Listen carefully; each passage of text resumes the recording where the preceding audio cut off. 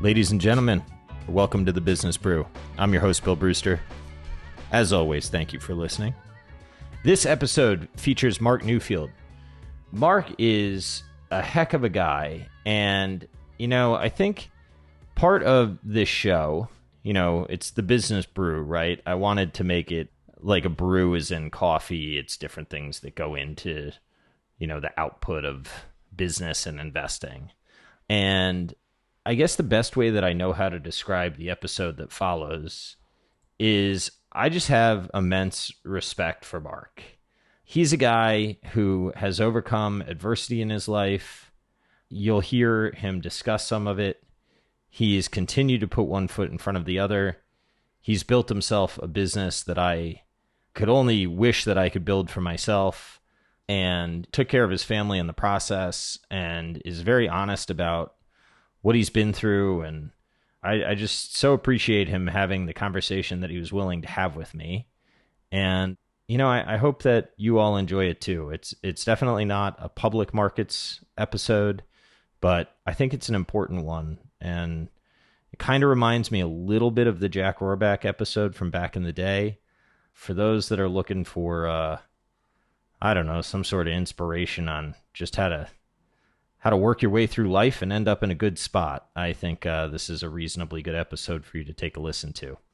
I don't think this disclaimer needs to be read, but just in case, as always, none of this is financial advice. All the information contained in this program is for entertainment purposes only. Please consult your financial advisor before making investment decisions and do your own due diligence. Enjoy the episode. Thanks again for listening. Thrilled to be joined by Mark Newfield today. Mark, how are you? I am doing just fine. Yeah.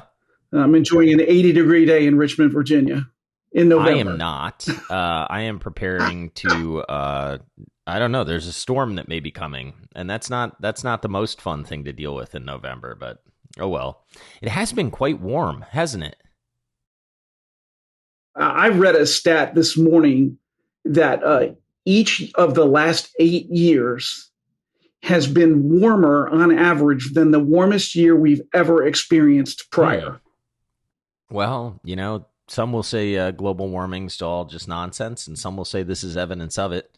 I will take neither in this particular episode, but I will just say it is warm and something that is interesting to deal with. So, yes, we should plug Richmond. Fair enough. Hell of a town. Well, it sounds like you've been here. It really is. And having been here for, at this point, 40 years, I moved here from the DC area. It has really just dramatically grown and changed. And I believe, if I read the data recently, is the number 2 attractor of under 35s in the country, with Denver being number 1. Per capita has the most craft breweries of any city in the United States. It's a tremendously diverse population, both, any way you want to cut it. Obviously has a major art school at Virginia Commonwealth and another good university in the University of Richmond. It's just turned out to be a tremendously popular place, which was not. I came down here to go to college and left for 2 years and then came back because my wife wanted to live here, and we just seen tremendous change. Yeah, it's I've been fortunate enough to go to a couple things at Markel, and that's brought me downtown, and I really enjoy it. Absolutely incredible company. Yeah, it is. But yeah, I really enjoy Richmond. It had a good food scene, lots of good. Yes, there are the number of very high quality restaurants is way beyond the size of the city. Yeah, indeed. I can see why people are going. Second highest is a bit. I wouldn't have guessed that. The breweries per capita remind me a little bit of Asheville, North Carolina. Similar to Asheville, not quite as, let's call it, funky as Asheville. Yeah, that's right. Yes, it is a little more buttoned up than Asheville. That's a good way to put it. Yes. I was in Asheville in August, and it's very granola. Yes, although Richmond has some neighborhoods that I would say are very high in granola and cannabis consumption. There you go. Well, so does Asheville. But you guys have more professional communities as well, I suspect. So I think so. So we connected I think one of the things that we connected over, and we've been going back and forth on Twitter for a while, but I had mentioned something about caring for my grandma and how expensive it is, and and just like how I think, this is not a new concept, but how I think that a lot of people need to consider end of life care and what that's going to do for family planning. And then we got talking, and I said, why don't you come on the show? So curious, eventually I'd like to talk about that, but I'd like to talk a little bit about your background and what you've seen, and how you got into what you do, and we'll take the conversation from there. Okay, if that works. So no, it's fine. I started this business in 2005. Before that, I was an enterprise software consultant for a number of years, one with a big U.S. bank as the head of IT strategy. And then before that, for 14 years with what's now Accenture. Little aside, when I started at Accenture, it was 3,500 people. When I left in 2000, it was 90,000. It's now over 500,000 employees. I have clients there, an unbelievable company. And then prior to that, I was an auto mechanic. I went to college when I was 24 and graduated when I was 30. Wow. So I don't have a typical background for this business. So when were you an auto mechanic? 1974 through roughly 1980. Wow. Do you still work on any of your own cars?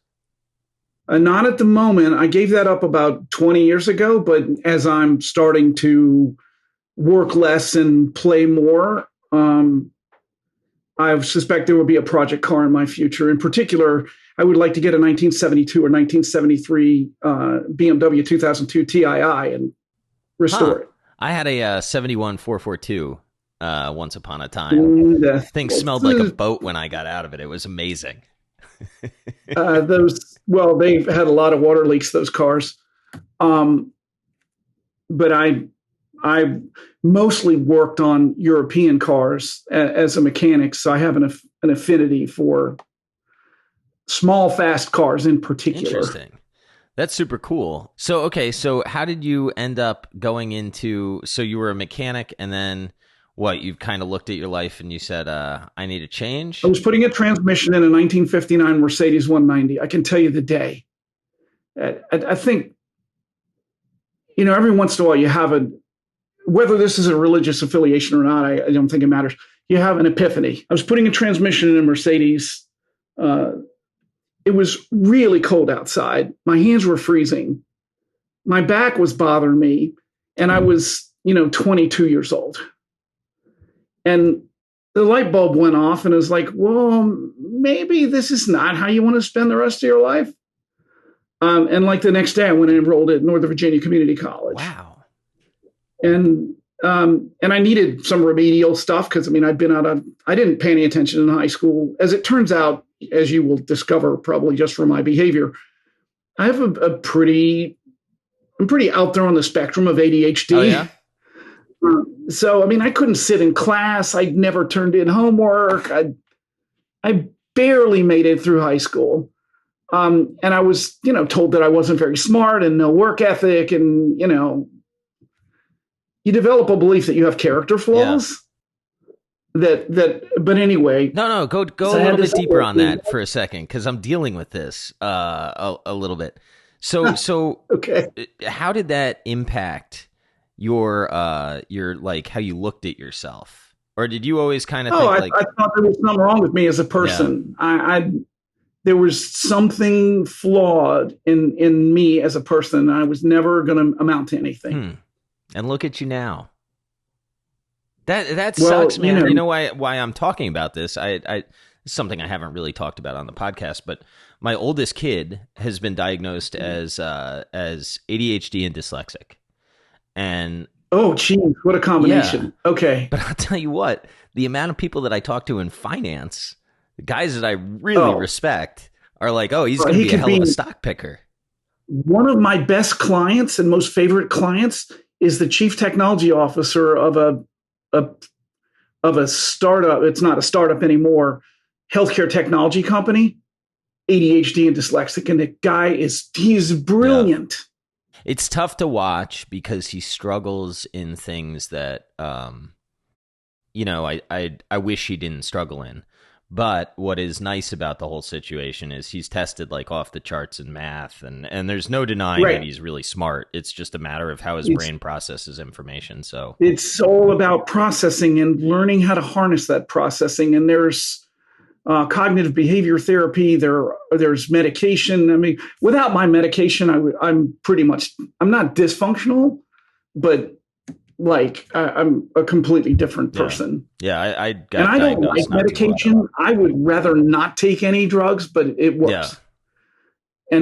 And just I'll go a little bit deeper. Here's how I found out. So we had done fairly well. It was at Accenture. I was working 80 hours a week. I was, reasonably highly compensated. We lived in a, high-end neighborhood, all that stuff. I'd done fairly well, way better than I ever thought I would do. And I don't know if you probably know who Ned Hallowell is at this point. I don't actually. Well, you need to read Driven to Distraction for your son. I might have to read it for me, by the way. Well, yes, absolutely. So anyway, he had just written Driven to Distraction, which is the initial treatise on the diagnosis of ADHD. He's kind of like the father of ADHD. Okay. And brilliant man. He has a great podcast, by the way, worth listening to. But he came to my son's school on his book tour. And so I'm sitting in the auditorium with my son listening to this man speak. And he's describing the behavioral characteristics of ADHD. And I'm listening to this guy and like, holy shit. There's nothing wrong with me. My brain just works differently. Yeah. And I was raised like most men of my age. You never show anything. I went in the bathroom and cried. I can feel it now. I can remember that day. And I went and saw my physician, and he was like, "Oh yeah, we ought to get you tested for that." A year later, I had quit Accenture and changed my life. Interesting. Because I was in the wrong place for my behavior set. And yet you were successful. I had done successful, but Bill, if you're willing to put one foot in front of the other one every day and keep going no matter what happens, you can be successful at anything. But it was damn hard, and I almost got fired a couple of times. And because there were certain behaviors I just couldn't change. I knew about them. I wanted to change them. But it was like, this stuff would just happen. And I'm like, interesting. So I just ground it out. But first of all, for somebody who's ADHD, starting where you started at Accenture, writing code is perfect. Because I could write a week's worth of code in a couple of hours. Why? Because you get that hyper focus that kicks in? Kind of hyper focus, man. Hyper focus. And I wrote good code. Super logical, hyper focused, very structured. And then I could goof off the rest of the day and nobody would care because I was so far ahead of everybody else. And it sounds portentous. It's just that's how the brain works. It's how my brain works. But then when you graduate, and at this point I was an associate partner and I was responsible for a, $200 million revenue project where my primary duty was, discussing business arrangements and negotiating with senior executives at very large utility companies. That was just a skill set that I didn't have and wasn't going to have. Because if somebody said something I thought was dumb, I would say it. And the fact that you're, the chief financial officer of a major public company doesn't mean you're going to say smart things all the time. Yeah, that's true. And as you know, you can be in the right place at the right time and get promoted way past your capability, and you're saying a lot of dumb things. And I would just be like, that's really stupid.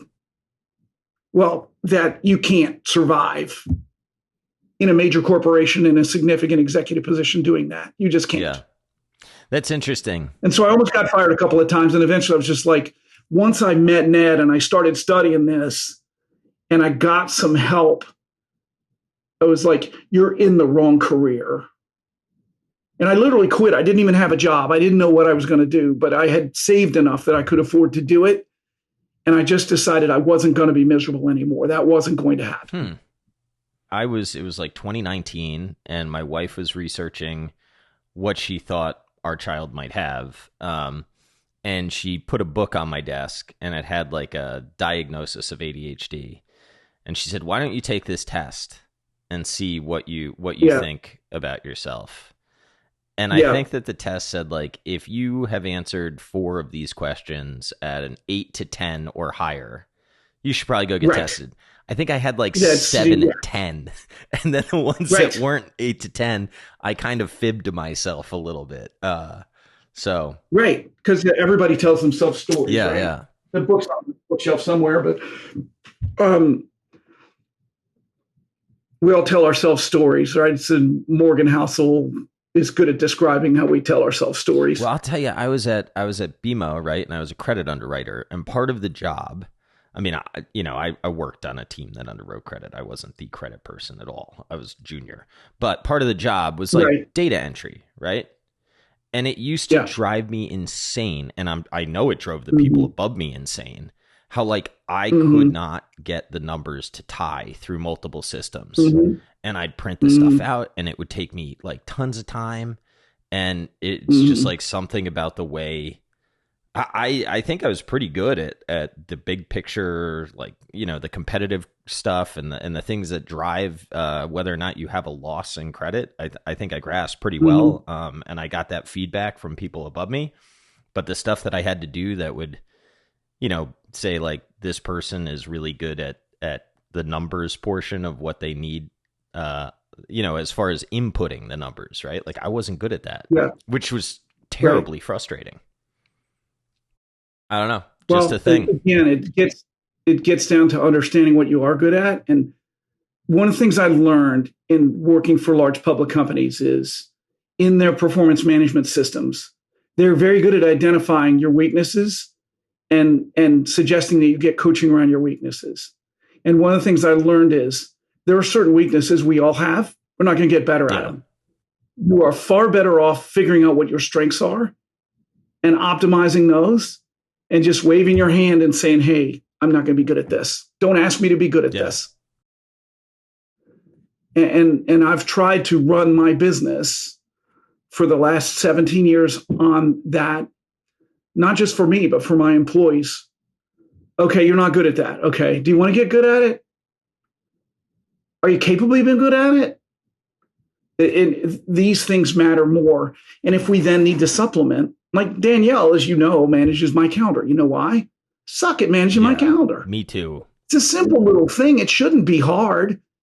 I screw it up every single time. Yeah. I am in the process of hiring an assistant for this exact role. It's like I just need somebody that's good at doing that. Right. It's back to the data entry of those little details, those things of, oh, you're in the Pacific time zone. Oh, we have clients all over the world. We have a client in Jakarta right now. We have a slug of clients in California. I mean, I'm just not going to remember that. I'm like, okay, we have an 11 a.m. meeting. Well, it's 8 a.m. for them. Yeah. It's really interesting how I don't know. I bet if we continued this, you and I would have a lot of similar issues. And then, the other side is like, well, I passed the bar and I passed the CFA designation. Like, it's not as if I can't comprehend information. It's just there are certain ways of like there's something in my brain that has blind spots. I can test like no tomorrow. Yeah. I scored 99th percentile in all the intelligence tests I've ever taken, all the standardized tests. I did the CFP exam in 4 months from scratch. One day, if I decide to carve out the time, I would like to go do the CFA thing just because I know it's the hardest thing you can do. Level 2 in finance. Level 2 is awful. And I want to do it because I bet I could pass it. You definitely could. My team was like, when I went through the CFP stuff, they were like, you're never going to pull that off in 4 months. I said, watch me. And then, I scored 90 something plus on the exam.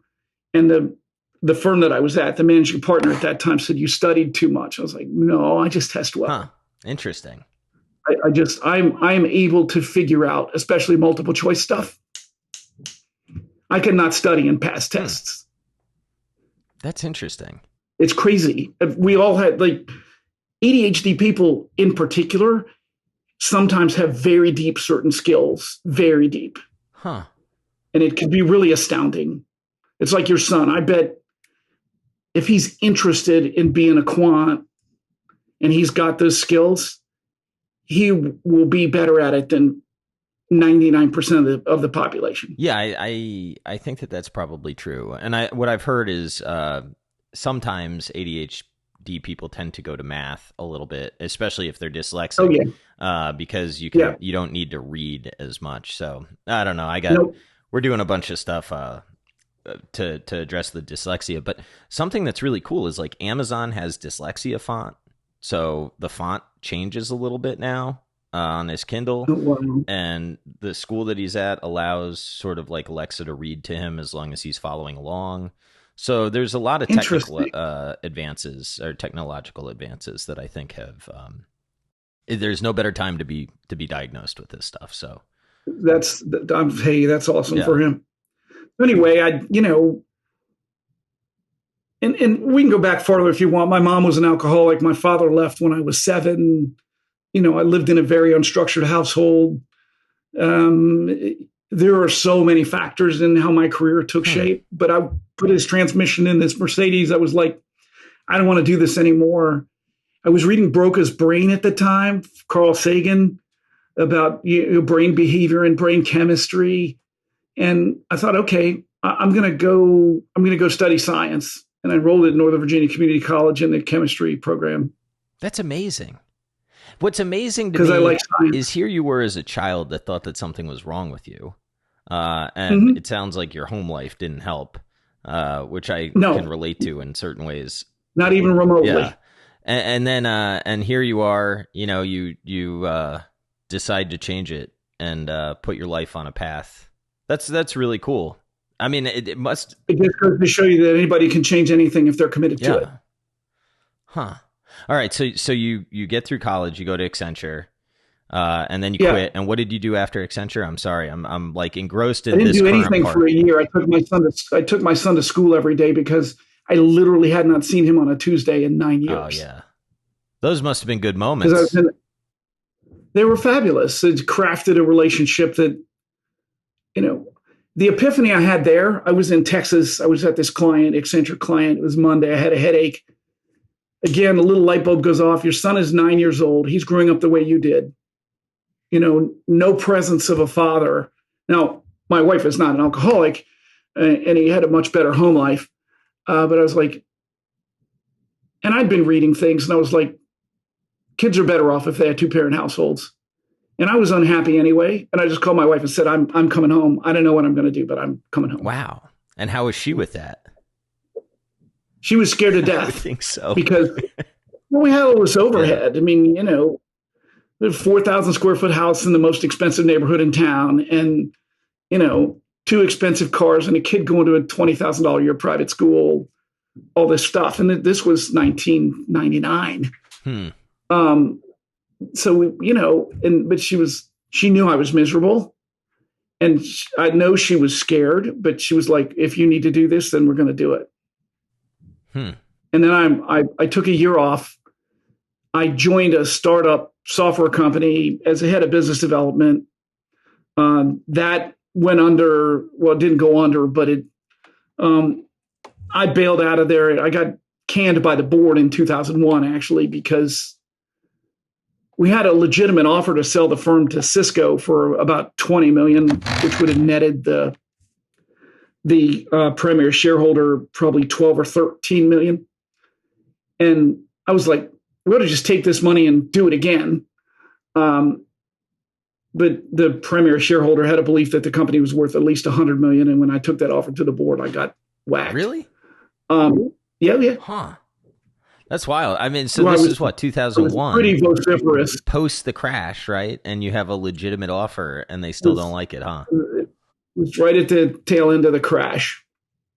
And they were all of the belief that the company was worth a lot more. It's actually still alive, but it's just kind of bumping along. And what I got engaged in was what I realize now was a lifestyle business for the CEO, not a grow it and sell it business. So anyway, I got canned there. I joined a large bank in the enterprise software management arena. And that was the worst 18 months of my life from an employment perspective. I don't need to laugh. Negotiating with 41 vice presidents on how to develop enterprise software is like the most miserable thing for an ADHD person ever who just wants to get something done. So I took a package from there. They paid me for 2 years and struck all my equity. And then I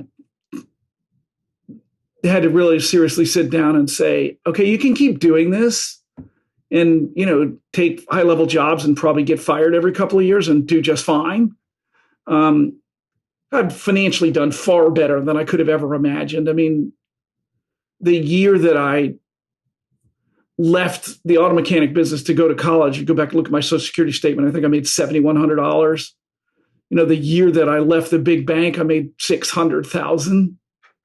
Wow. And my base comp was 300. I mean, I was making stupid money, but I was miserable. And as it turns out, a lot of my old Accenture friends and partners were calling me for financial advice because it was my hobby. Huh. Interesting. When I was in college, I built a Lotus 123 spreadsheet on a 2 floppy disk IBM PC that took me from 30 years old, making a base comp of 20, saving 10% a year plus Social Security plus inflation plus some assumption about investment returns, and saying, hey, at 65, you can bail out on $100,000 a year after tax. I built that on my own, tax considerations, everything else. And so I was getting people calling me and I was like, well, I can probably charge people and earn a living doing this. And that was 2004. And I started the business in 2005. And so, 18 years later, I literally sold my shares to Journey 3 weeks ago. Wow, good for you. So we built a business from scratch to about $1.5 million a year in revenue, 3 employees, 100 really high quality clients that we love serving. And I kind of do what I want every day. That doesn't suck. That sounds like the American dream. If I don't like a client, we don't take them on. Yeah.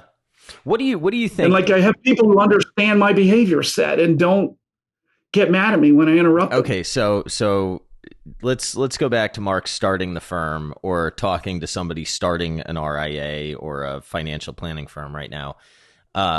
I've talked to many people in this industry that say clients are the most important part. How do you balance which clients to take versus feeding yourself and knowing? So I would tell you, first of all, your employees are the most important part. Because if you take good care of your people, they will take good care of your clients. Okay. So we are not a client-first business. We are an employee-first business.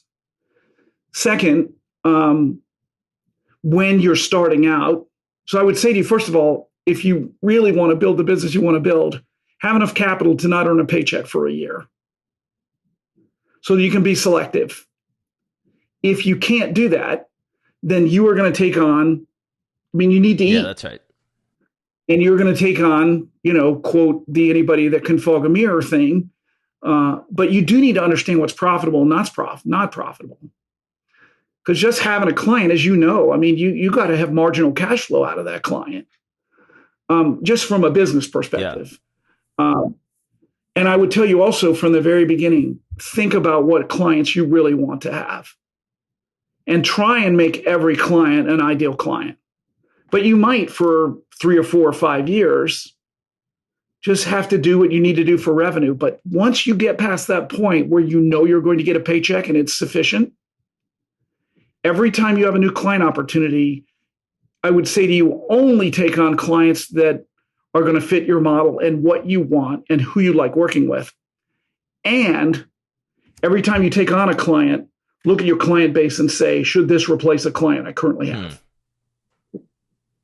That makes sense. Or should I hire another advisor to serve clients who are fine people, but not the clients I enjoy working with. Yeah. And I definitely am a believer. I was reading Brent Beshaw's no asshole rule thing, and I'm a real believer in that. Recognizing that it's like Richard Feynman, you're the easiest person to fool is yourself. The biggest asshole is you.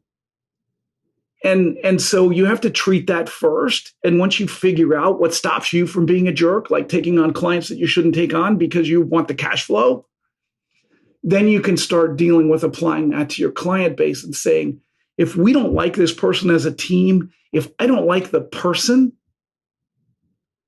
then we shouldn't take them on. I mean, it makes sense. It makes perfect sense. Now, if what you're trying to do is build an enterprise and maximize the net worth of that enterprise, then you're going to take on all those clients if they're cash flow positive.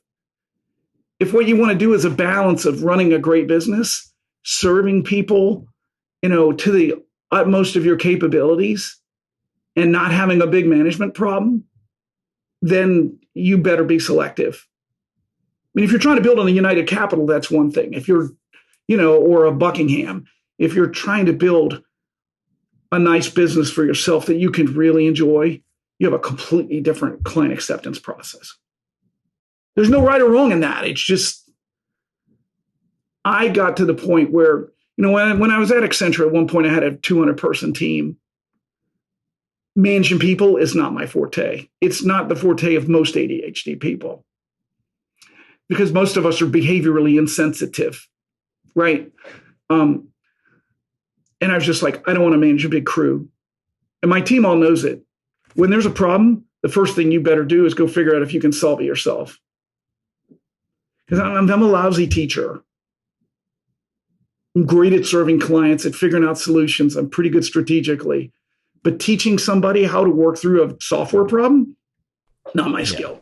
That I can understand. But you've got to be a good teacher in order to have the client base that you've had stick around. I mean, I spend a lot of time teaching clients because that's a conversation, Bill, around, hey, Bill, you've got this place you want to get to. And right now, the behaviors you have aren't getting you there. Can we agree on that? Yeah. So I'm very behaviorally focused, which is odd for an ADHD person who has trouble identifying people's behaviors. But anyway, I've learned that the numbers are not how people make decisions. You know this. But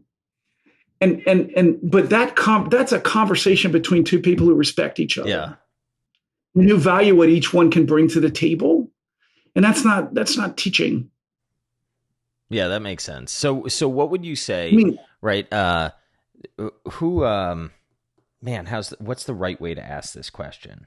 It sounds like the right client is someone that probably knows that they need like a behavioral coach and is receptive to a conversation like that, right? A lot of people may not be willing to understand, like, hey, I have bad behavior, right? That could upset some. It's not a function of bad behavior. It's kind of like your son. It's not bad behavior. It's behavior that's not enabling you to get to where you want to go. I am completely non-judgmental. Like, there's no bad spending. There's a reason why people do what they do. And if, as an advisor, whether you're a technology consultant or a financial advisor like I am, or a psychiatrist, if you can't get down to what is driving somebody to make the decision they're making, you are not going to have any influence on a decision. Yeah. I can show you with a spreadsheet that this is the best way to do something. And most people's eyes are going to roll. Your son, maybe not, but most people's eyes are going to roll. But if I can say, hey, I want to be, by the time I'm 50, I want to be at a point where I just don't have to worry about my money. And first thing I'm going to ask you is why? And if we can get to, hey, by taking this set of steps with some reasonably average set of market behaviors, we have a 90% chance of getting there. And that can allow you to go do, maybe you just want to do philanthropic work. Maybe you want to start another business. Maybe, whatever that driver is, we can get you there. You're going to at least listen. Yeah. It seems as though you would, it would make sense to, I'm thinking of Tony Robbins, you got to associate some pain with the current behavior and associate pleasure with the reward that you're going to. Very true. Yeah. I mean, it makes sense. Very true. Those I think would be really fun conversations. Sometimes, I think I get, like my little subset of the world gets so caught up in like which equity is the best equity to own that I don't think, I think sometimes I personally lose perspective of the larger stuff that matters, right? Well, you know what, Bill, that's your expertise and that's where you want to focus, and that's completely okay. For most of our clients, the bigger factor is consistently saving enough. Because, there are small cap guys that do very well. There are large cap guys that do very well. There are guys who short that do very well. All of those strategies can work, but you have to deploy your model consistently. Yeah. And so consistency to me for our clients is far more important than which particular investment strategy we go with. Now, we try and be intelligent about that. We have to be good about managing money. If we are consistently, charging a fee and expenses over and above what our clients are earning in the marketplace, we're not going to be in business on the investment management side. Now, we charge a flat fee for planning. Those are separate fees because they're separate services. But we have to be reasonably good at it. But I'm far more concerned with getting you to your goal than I am did we make consistently 100 basis points over and above our costs. Yeah. You've seen 2001. You've seen 2010. Are we like the next decade of, every 10 years, there seems to be some real pain that comes.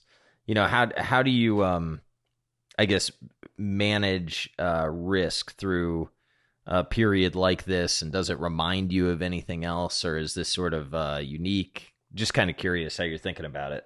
Actually reminds me most of 1973 and 1974. That's what it reminds me most of. Now, I was very young then. I was 16 and 17.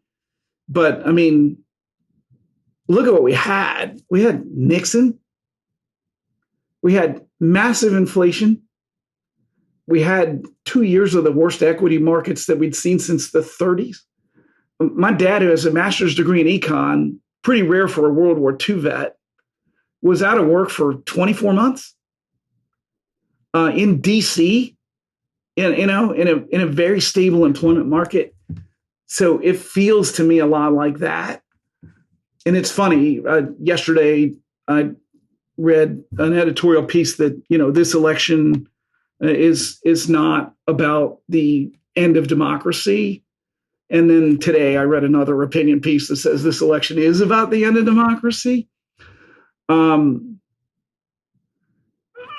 I think that this is something from which we will recover. I think if it was 1864, you couldn't tell me that this is worse than 1864. You couldn't tell me that. Or 1857. As far as I can tell, we're not splitting the United States apart. Yeah, no. As far as I can tell, roughly 60 to 70% of the population agrees on a number of things. They just don't vote. Yeah. And not enough people vote to get those things done, which is another issue. And I'm not saying we don't have issues. I think this is all recoverable. I think that our history as a country is recovering from things that we thought were going to kill us. And so I'm positive. And I'm a big believer in financially, whether the market seems horrible or awesome, keep saving, do it consistently. Ignore the day-to-day. Ignore it, period. It feels almost like that is almost negligent to do. But yes, it does feel negligent. But I think it probably is the right thing. Like I know, especially for people that follow me on Twitter, right? Like I was looking at, I don't know, let's call it like 5 months ago, how strong the economy was. And thankfully I opened my ears when people 3.7% unemployment. Since when have we had that in a recession? Yeah, well, but people said that's how it always looks at the top and whatever, and I think there was some merit to that. True. Yeah. Now I feel myself scared of where we're going because I am worried about rates increasing this far this fast, and you stop housing, and I don't know how many people are going to buy cars with 7% rates or whatever. I'm a little worried about these next 18 months. I hear all that, Bill, but you're 40, right? Yeah. People were buying cars when rates were 13 and 16%.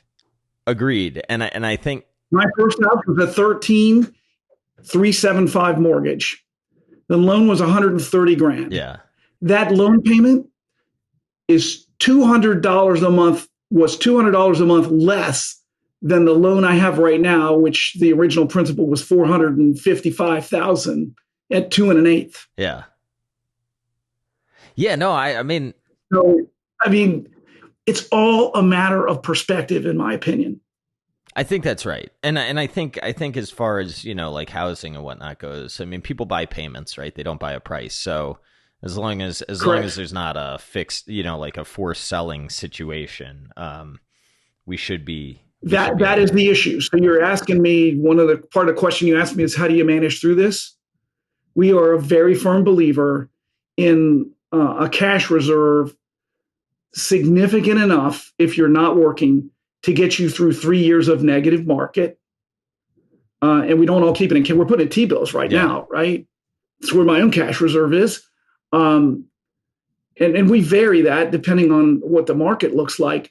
And if you're working, a cash reserve that would get you through a year's worth of unemployment and pay your core bills. Yeah, that makes sense. We've always been a firm believer in that.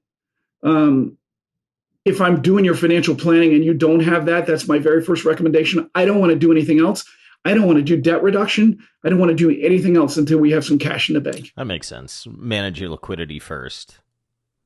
It's all about liquidity. As you know, all these real estate investors who went under in 2008 and 2009, they were over leveraged.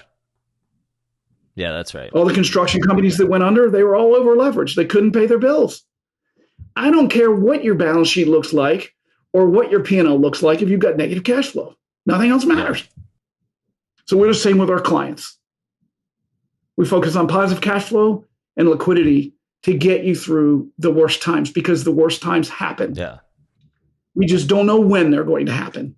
Yeah, and the other thing is, it seems to me, the complicated thing of it all, and by it all, I mean, managing investments and whatnot, is by the time that the average, I think the books support this. I don't want to spout false narratives, but by that time the average person gets worried, the market has already priced that in. And, like my thoughts today are probably 6 months late, right? So the question is, how late am I now, right? And what does the next 18 months look like? And I know Mr. Tetlow would disagree with me, but the Forecasting Hall of Fame has effectively 0 members. Yeah. Anybody who was good at forecasting this and figuring out market direction, they'd be a gazillionaire. They'd have all of our money. Well, I'd give them my money too. Yeah, I think that there are some people that have called, I mean, I've seen some people that call it right or whatever, but I think the ability to do it consistently is not consistently. Right. Yes. And then, you make a call and then you market the fact that you made the call forever. And then that's how the financial industry works, right? That is how a lot of people build up billions of dollars of AUM. They got lucky once. It's kind of ridiculous when you think about it. Steve Forbes once said, I'm almost certain it was him. Sometimes things like I hear and at least my mind thinks I remember them like a steel trap. Maybe I'm misattributing it, but I'm pretty sure he said you make more by selling financial advice than following it. And I always think that's an interesting comment coming from him.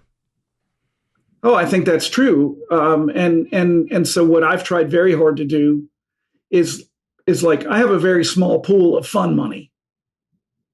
That's the only dollars that deviate from an asset allocated strategy that is mostly passive with some active tilts in it.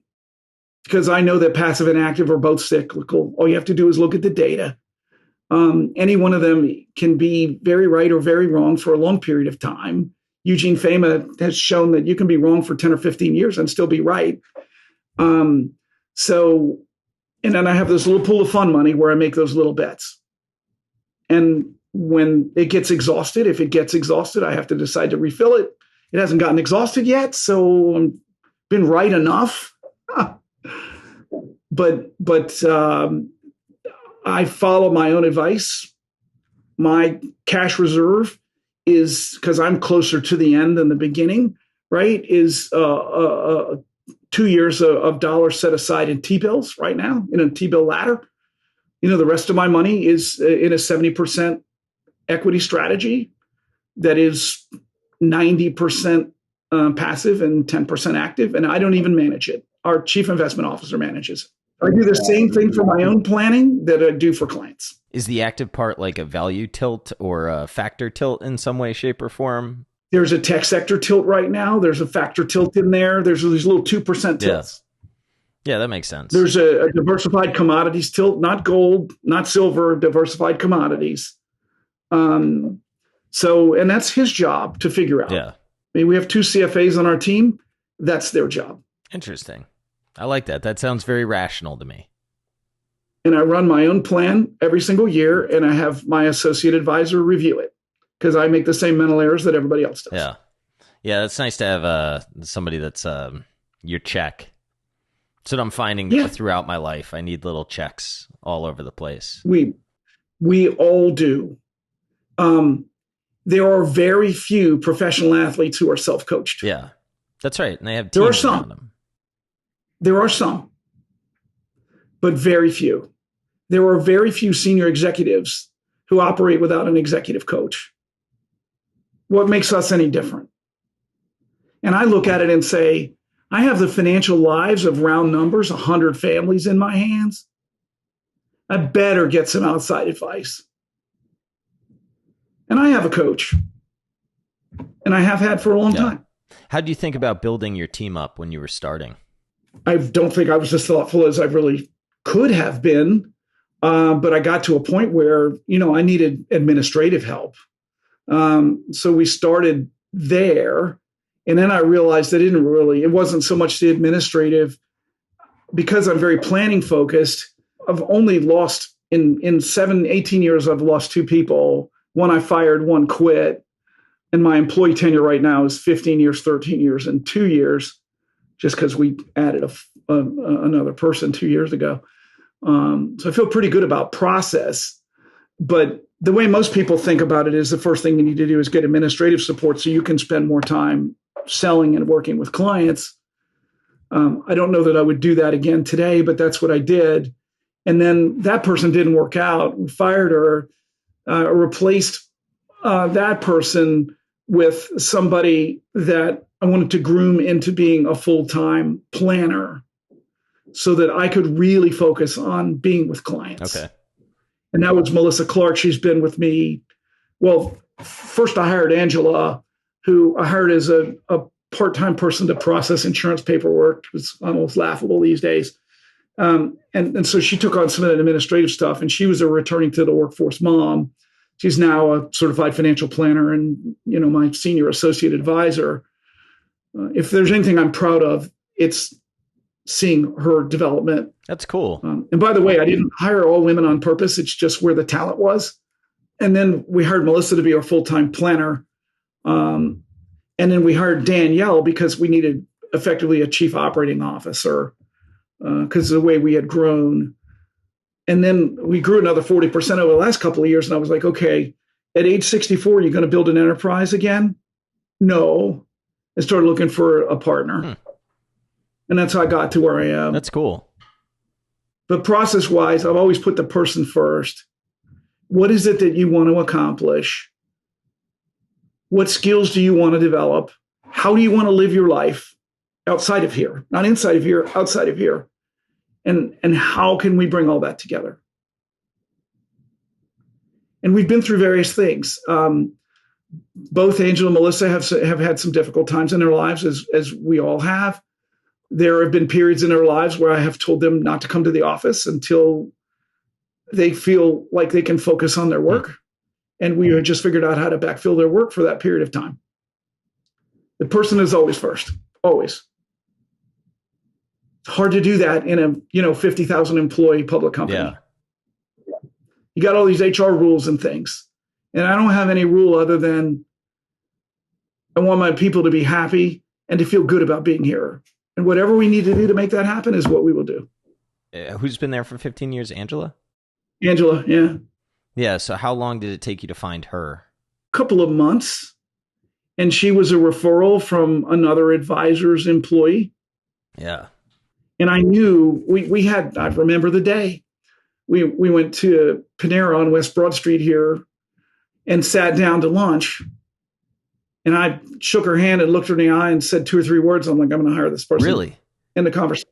Oh, yeah. Huh. You just like had that gut feel. I had that gut feel. Now, we obviously had some conversation and everything else. But for me, it was a gut. And then a couple of years later, we hired Melissa, who was also a referral from another advisor's employee, was one of her sorority sisters. And I remember talking to her on the phone because she was still in college. And I was like, wow, this woman is amazing. And then my wife and I drove to Longwood, which is where she was at school, to interview her in person. And again, it was 5 minutes. And I was just like, this is done. Wow. That's cool. And I've been very, very fortunate. But I think I put a lot into the development of our folks, and it shows. Yeah, I think anytime any relationship can last more than, I don't know, I think 2 years you can fake it with people, but you get longer than 2 years, it requires a real relationship build. It does, and you need a real relationship because stuff happens. It's a couple of years back, and I'm not going to cite the person, but one of our folks and I I would call it a real knockdown, drag out. I mean, if they hadn't turned up the next day, it would. I told my other employee at the time, this might have been it. I don't know, but it wasn't. We worked it out, and I think we both took some things away that are like, okay, we have to change some stuff, both of us. But it could have been. I mean, it was a knockdown, drag out. I was like, okay, I really put my foot in my mouth here. But it was something I needed to say. And I couldn't sit on it anymore. I might not have said it the right way. Or maybe I did and it just wasn't received the right way. It doesn't matter, right? The ability to work stuff out is what matters. Yeah, I think I think that's true throughout life. Yeah, it is. Empathy goes a long way in those kind of situations. It does. And I'm still learning about that. I mean, I've been engaged with the folks at Shaping Wealth, and they do a thing called rigorous empathy, which still blows me away about all the things I have left to learn if I so choose. So are you going to choose? I think you probably choose. You seem like a guy that's very into self-development. I will tell you that the day that you stop learning is the day you start dying. I have no intention of dying yet. I don't get to control that, but I'm not going to do things intentionally that will lead me down that path. I think, obviously no one has control over that, but I think that attitude keeps people alive. I watched my grandfather, when he was 80, he really got more curious and softer, which I don't know that that's common, but my perception is that it reinvigorated him. And that was cool to watch. Well, I have 6 books on my desk right now. I'm usually reading 3 at a time, which I am at the moment. And then I use one for a daily meditation, which is how I start my day. But I have always enjoyed learning and reading. And that's how I learn, is by reading. Some people are visual, some people are experiential. I'm a reader. And I'll do that until I can't read anymore. Then you'll have to listen to podcasts. Well, I do that too while I'm working, which drives Angela crazy. She's like, I don't know how you do that. I'm like, I'm ADHD. I can do that. That said, sometimes I read an article. It said like my brain feels like there's too many tabs open, and sometimes I feel like that. But there are times when I have to shut things down. But it for the most part, I have a podcast going, which is how I ran across yours.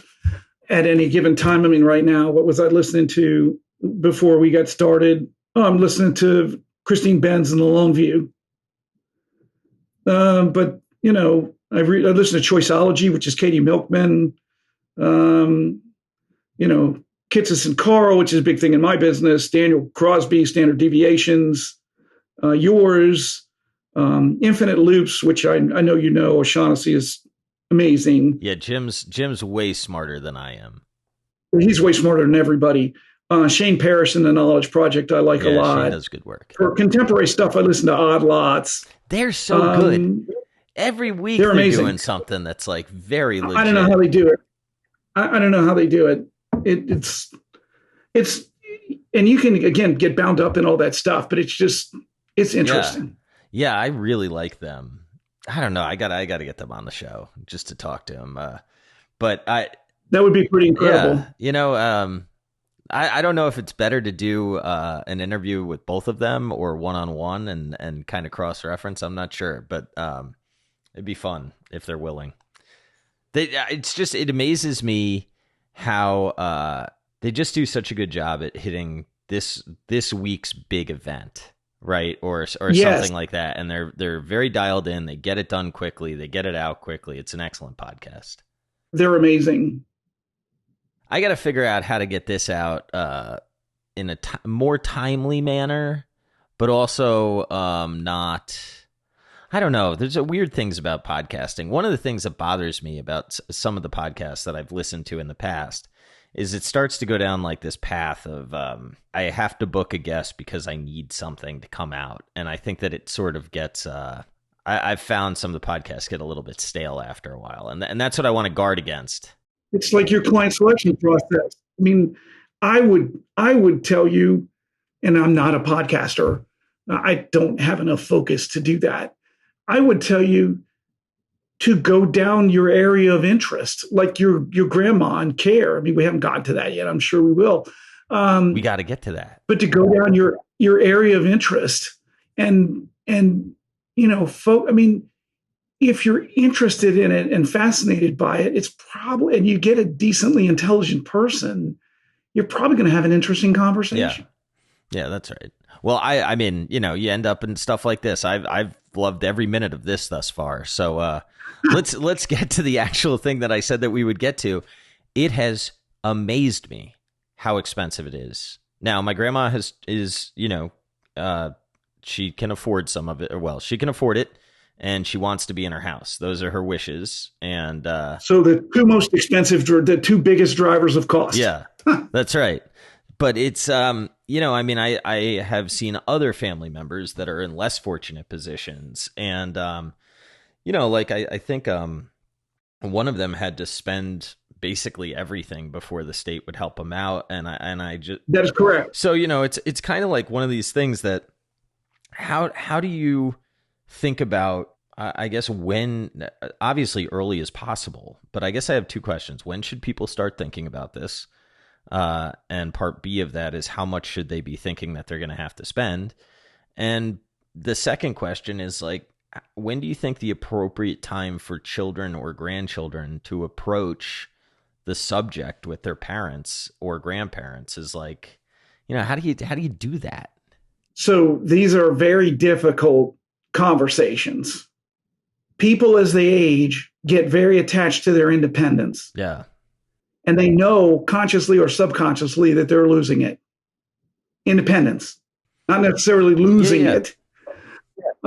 Although you either generally don't live long enough or live too long. Very few people look up and say, okay, today's the day for me. My brain is starting to go out. You know, I don't know that my money will last forever. Would you please take me today? That's not how it works. So to answer your question, I think the time to be thinking about it is at the point in your financial life, just your financial life, where you can say, hey, look, I have a reasonable expectation that I'm not going to be poor, that I'm going to have some set of assets. an income that I can live decently the way I want to live for as long as I might so choose. Because now you have something that could be exhausted and that's at risk. And as far as cost goes, look, the average long-term care stay in the United States is around 3 years, and it's around 2 years for men and around 5 years for women, something like that. The problem is it's a barbelled problem. People go for 2 weeks and die. People get Alzheimer's and live for 10 years. And so the average is meaningless. From a planning perspective, and by the way, your family medical history isn't all that helpful either, although mental health issues tend to run in families. The problem is you can get early onset Alzheimer's at 50 or some other dementia, or you might be like my dad, who's 99. Wow. And very, very cogent. Good for him. Yeah, it's crazy. So it's a significant planning problem. But when you start thinking about it, I think is when you get to the point where you're like, okay, I'm probably going to have enough money to be okay. Because if you have enough money to be okay, and then you add on 3 years worth of 120 grand a year in today's dollars, inflated 30 years out at the inflation rate of medical costs, 5 to 8%. Now you have a very significant financial hit when you're 80. Yeah. So if you just have enough, you no longer have enough. Now, if you are okay saying, hey, if I burn it all down and end up on Medicaid, I'm okay with that, then it doesn't matter. Not a planning problem. Or if you are okay and I would want you to have this discussion with your children saying, hey, if I burn it all down, you're going to take care of me, right? And they say, okay, then you don't have a problem. Anything else, you have a statistically significant problem. Yeah. Because there's a very high chance that you will live too long. And that chance is getting higher every day. You look at our medical care, the stuff that used to kill us just disables us now. Yeah, it's a problem. My mom lived for 4 years with pancreatic cancer. That never happened 30 years ago. Yeah. And my painful example was my mother. So right or wrong, my mom was a big believer in the state, and the state will take care of me, and never saved any money. And she worked for the District of Columbia. She had a pension. She had a small chunk of Social Security. And here's the other thing. She had 4 siblings. All 4 of them were dead before age 60 from cancer. And my mom had a lung removed when she was in her mid-50s, breast removed when she was late 50s. She was like, I'm just not going to live. It doesn't matter. And she retired at 65. And by the time she was 75, she was effectively broke. And it was painful. And it was the day she died, she had $13,000 in the bank. And if she hadn't, and we'd been supplementing her income for a number of years. And I can tell you that, people will see you and think you're doing pretty okay in life. When you're spending 60 grand a year putting your kid through college and another 60 grand a year supporting your parents, you got to make a shitload of money. Yeah, that's right. And even then you're at break even on a cash flow basis. But anyway, it's a little aside. I've been through that sandwich thing. It's tough. And these things happen, right? And my dad is 99. When he was 82, he became a planning client of ours, my second year in business. His advisor had him 100% equity invested, selling covered calls to generate income. Oh, Jesus. Correct. Oh, gosh. This was 2006. Oh, man.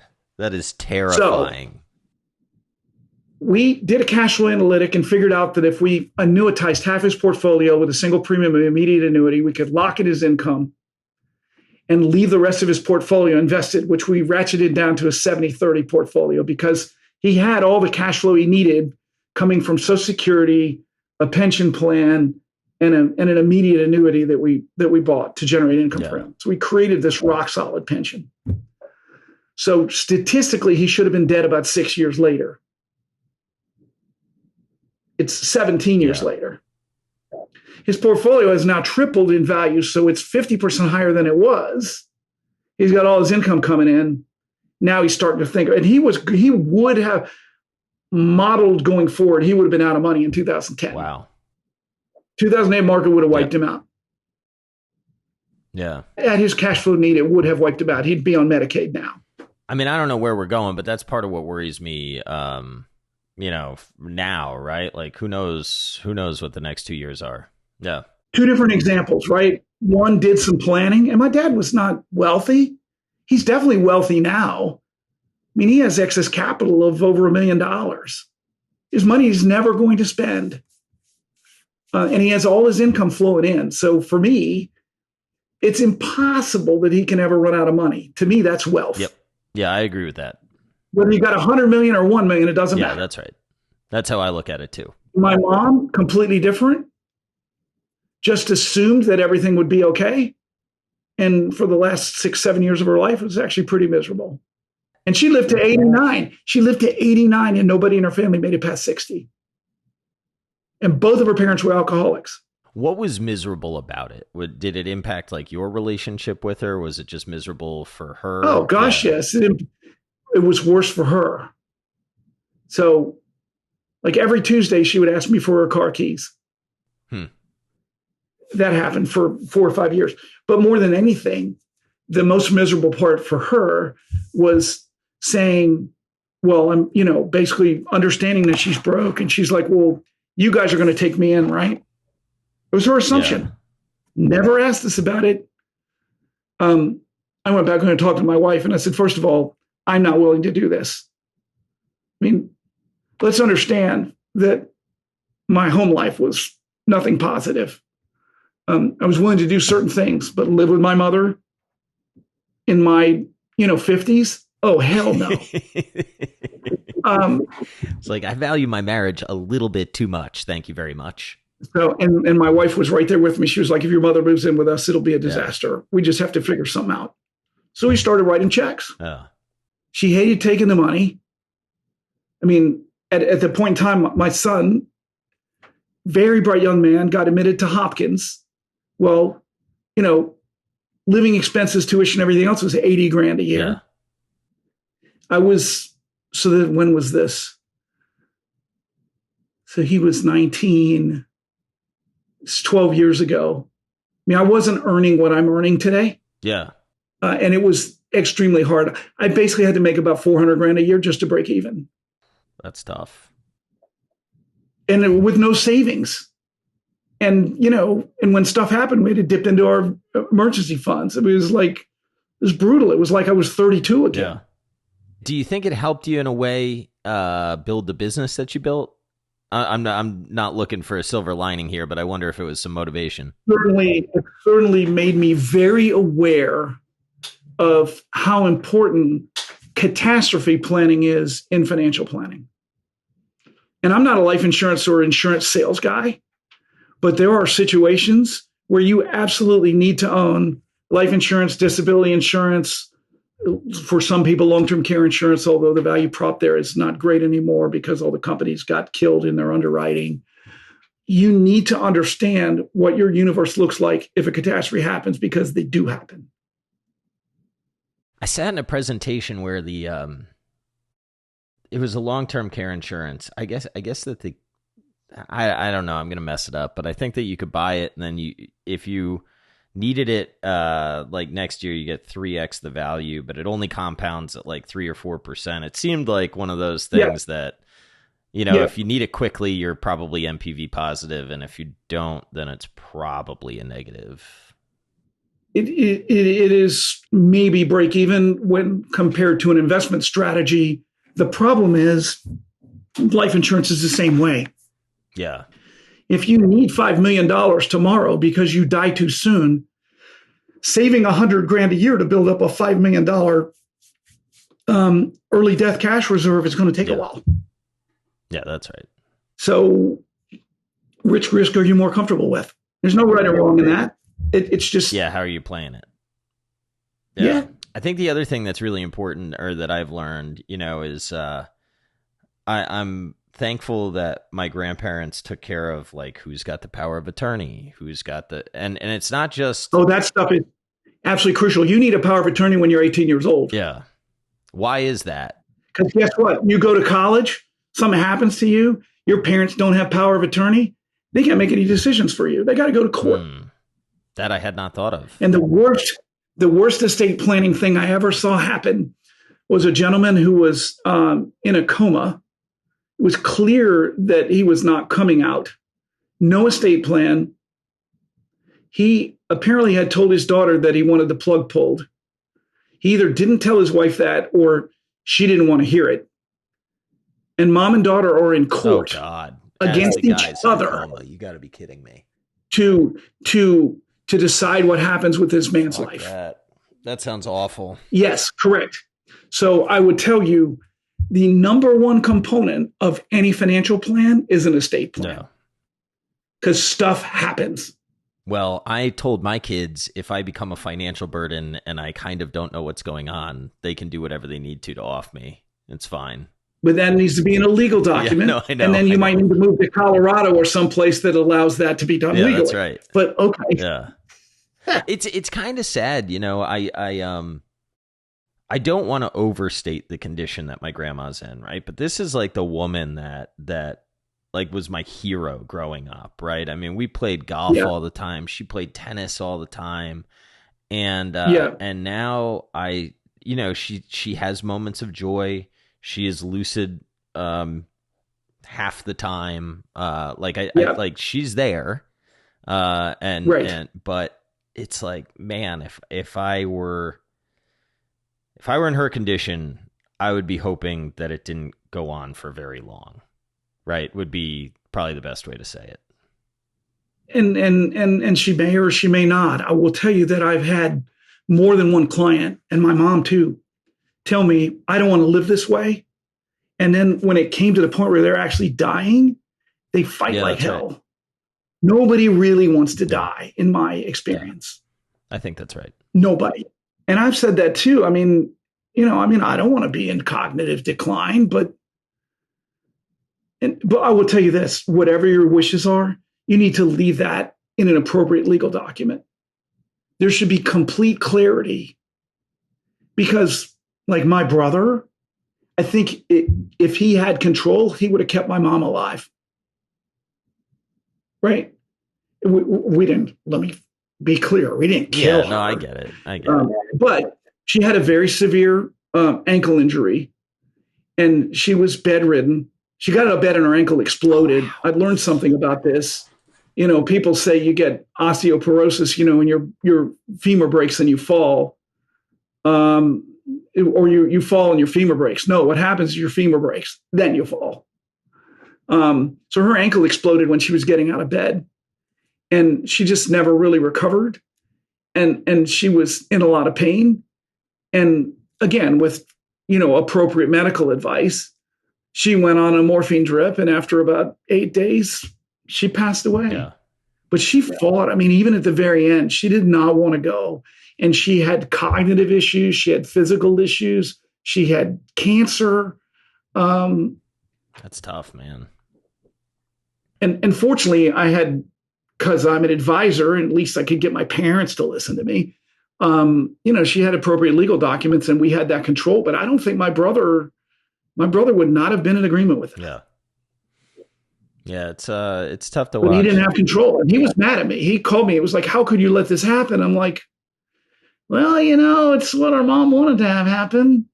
Whether I agree or disagree, that's what she wanted." Yeah. Is this a conversation that people avoid having because it's uncomfortable? Sure. So how can people potentially make it less uncomfortable? Have you cracked that nut? I think a rigorous empathy approach to steal Joy Leary's work is the way to do this. I think for me, because here's a conversation I had. My father was married to a woman that was only 6 years older than me, and they were living in Florida, and she got a glioblastoma and died. Now, she was the one that was supposed to be caring for him, live a long time. That was their deal. look, they'd been together a long time. No doubt they loved each other. So he's down in Florida, been independent his whole life. This is 4 years ago, maybe 5. Very independent, grew up destitute in New York City, got drafted, ended up going to the University of Oklahoma on the GI Bill, made his own way, and variety of things. Very, very independent. I mean, pugnaciously independent.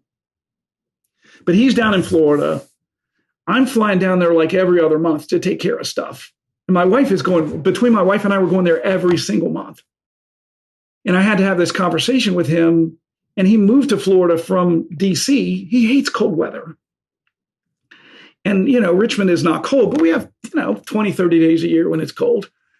And I was like, and finally, I let this percolate. I'm giving you an example of how to have this conversation that worked for us. But I was down there and I was like, Dad, I think you recognize that, one of us needs to be down here a couple days a month to take care of stuff. You're not as mobile, very cogent, very sharp, still does the New York Times crossword, amazing brain. And he hadn't grocery shopped in like 20 years. So there are things that we are taking care of for you that's probably going to keep on going.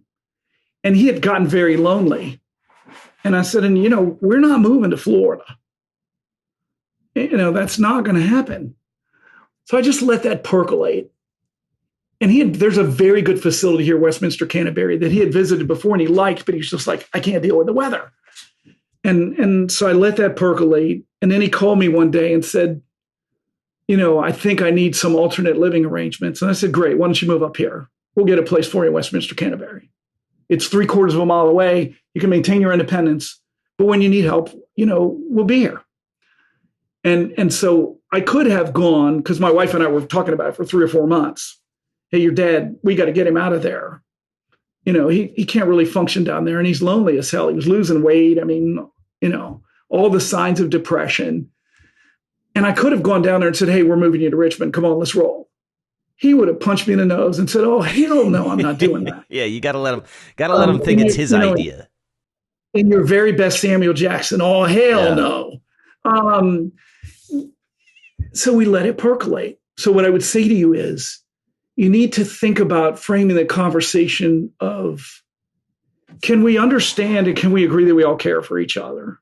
We really care for each other. We want the best for you. You want the best for us. Is your life working the way you want it to work right now? Can you live the way you want to live? Are you comfortable with how this is going? Oh, no? Okay. Can we talk about alternatives? I'm not saying make a decision. Talk about it. It might take 6 months or a year.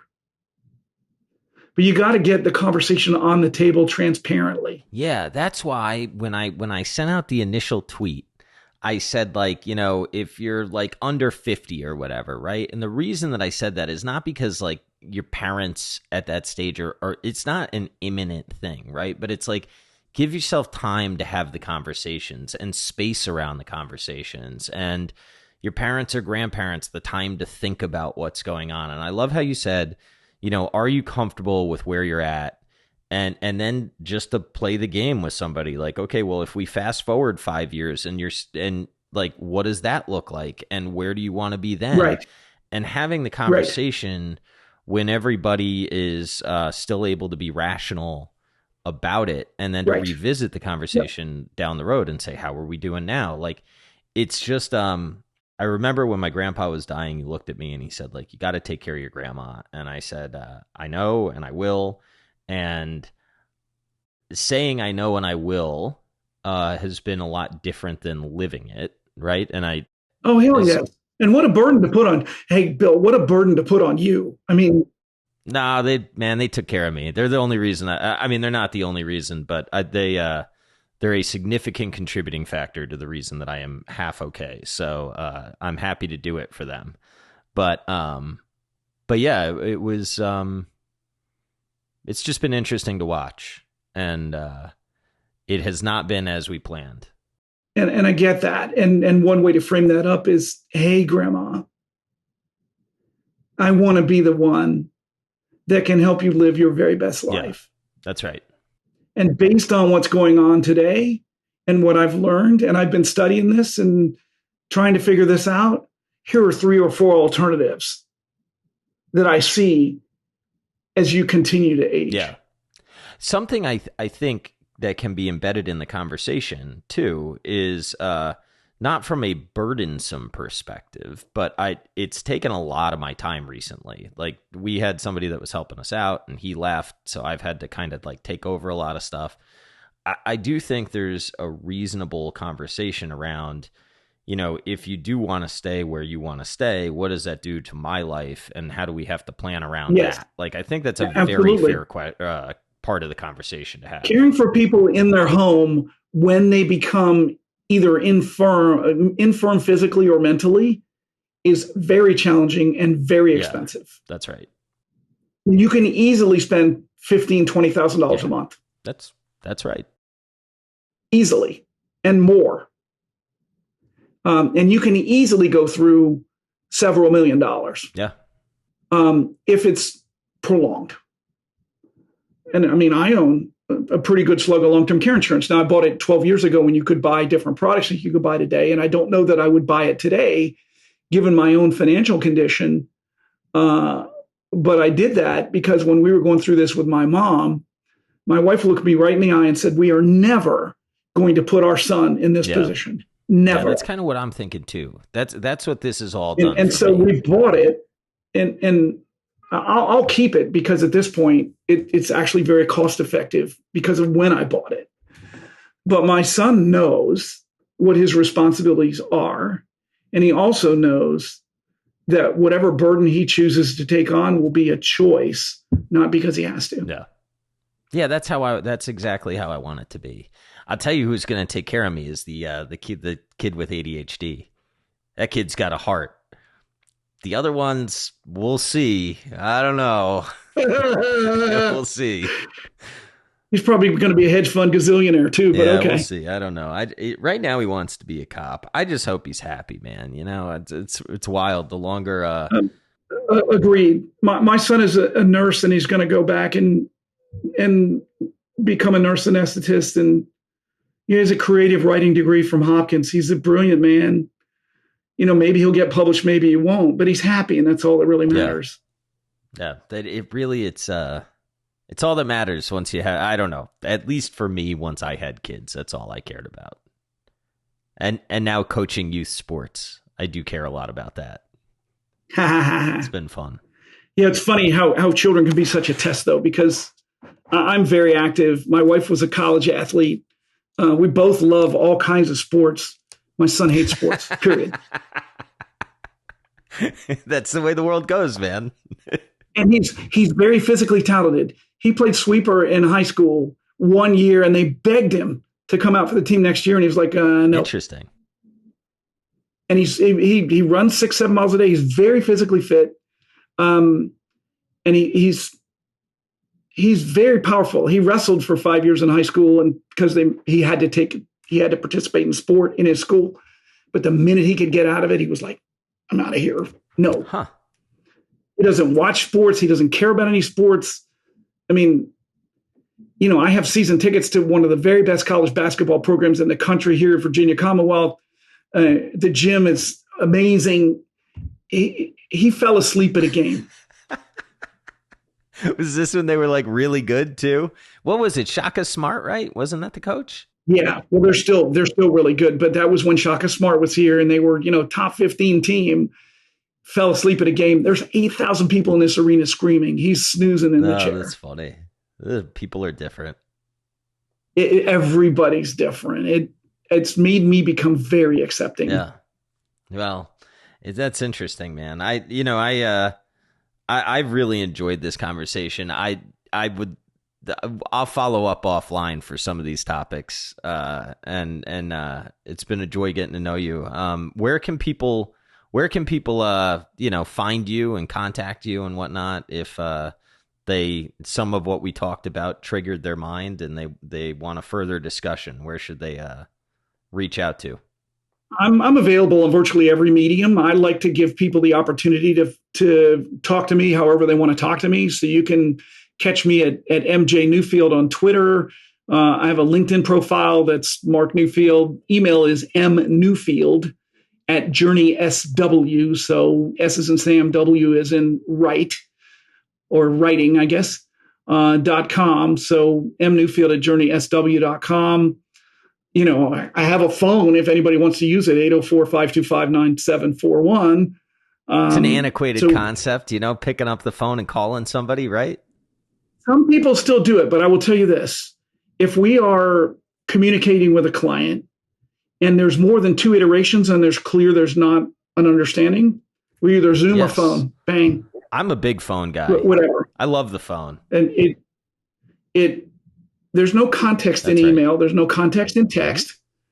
I think, as you know, I'm pretty snide. I mean, you look at my handle, Snarky CFP, and people can take things the wrong way, in a way that I didn't intend. They took it the way they took it. It's their perception. So there's something about voice and face that will be hard to replace. Yep. I could not agree more. I think the phone avoids many, many arguments that are needless. And boy, it's easy. Or creates an argument that needs to be had. Yeah, that's fair. That's fair.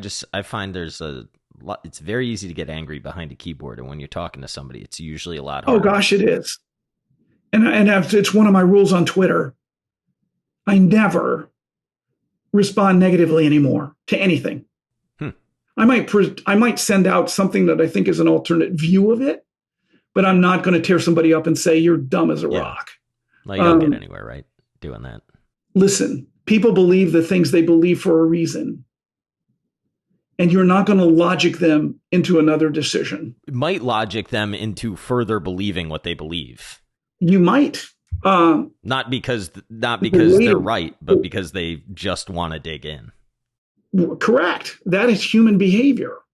So then if you really want to change somebody's thinking, you got to get their attention and get them listening, and you're not going to do that by calling them stupid. That's right.